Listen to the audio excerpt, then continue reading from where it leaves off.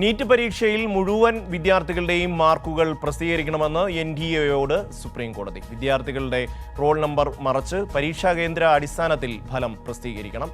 ഹർജികളിൽ തിങ്കളാഴ്ച വാദം വീണ്ടും കേൾക്കും. അതിനിടെ ചോദ്യപേപ്പർ ചോർച്ചയിൽ പട്ന എയിംസിലെ 3 ഡോക്ടർമാരെ കസ്റ്റഡിയിലെടുത്തു CBI. ദില്ലിയിൽ നിന്ന് വിവരങ്ങളുമായി സിബി. ഷമ്മി, നീറ്റിൽ പുനഃപരീക്ഷ വേണമെന്ന ഹർജിയിലായിരുന്നു ചീഫ് ജസ്റ്റിസ് DY ചന്ദ്രചൂഡ് അധ്യക്ഷനായ 3-അംഗ ബെഞ്ച് ഇന്ന് വിശദമായ വാദം കേട്ടത്.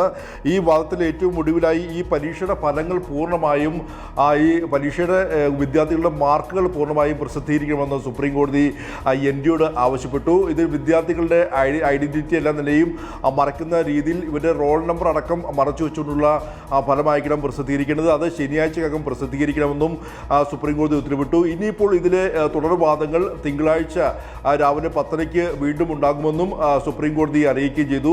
എന്തായാലും ഇന്നിപ്പോൾ നടന്ന വിശദമായ ഒരു വാദത്തിൽ NDAയും കേന്ദ്ര സർക്കാരും വാദിച്ചത് ഇതൊരു ഒറ്റപ്പെട്ട സംഭവമാണ്. പ്രത്യേകിച്ച്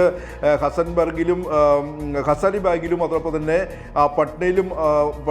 പട്നയിലും മാത്രം നടന്ന ഒരു സംഭവമാണ്. ഇതിൽ വ്യാപകമായ ക്രമക്കേട് ഉണ്ടായിട്ടില്ല എന്നുള്ളതായിരുന്നു കേന്ദ്ര സർക്കാരിൻ്റെ അതോടൊപ്പം തന്നെ NDAയുടെയും വാദം. എന്നാൽ ഇതിൽ ഹർജിക്കാർ ഉന്നയിച്ചത് ഇത് വ്യാപകമായ ക്രമക്കേടാണ്. ടെലഗ്രാമിലും മറ്റും ഈ ഒരു ചോദ്യപേപ്പർ ചോർന്നു. അതുകൊണ്ട് തന്നെ ഇതിൻ്റെ ഇതിൻ്റെ ഒരു വ്യാപ്തി അളക്കാൻ കഴിയില്ല. മാത്രമല്ല ഇതിൽ ഗുണഭോക്താക്കളായ വിദ്യാർത്ഥികളെ വേർതിരിച്ചെടുക്കാൻ കഴിയില്ല എന്നും സുപ്രീം കോടതിയിൽ ഇത്തരത്തിൽ ഹർജിക്കാർ വാദിക്കുകയും ചെയ്തു.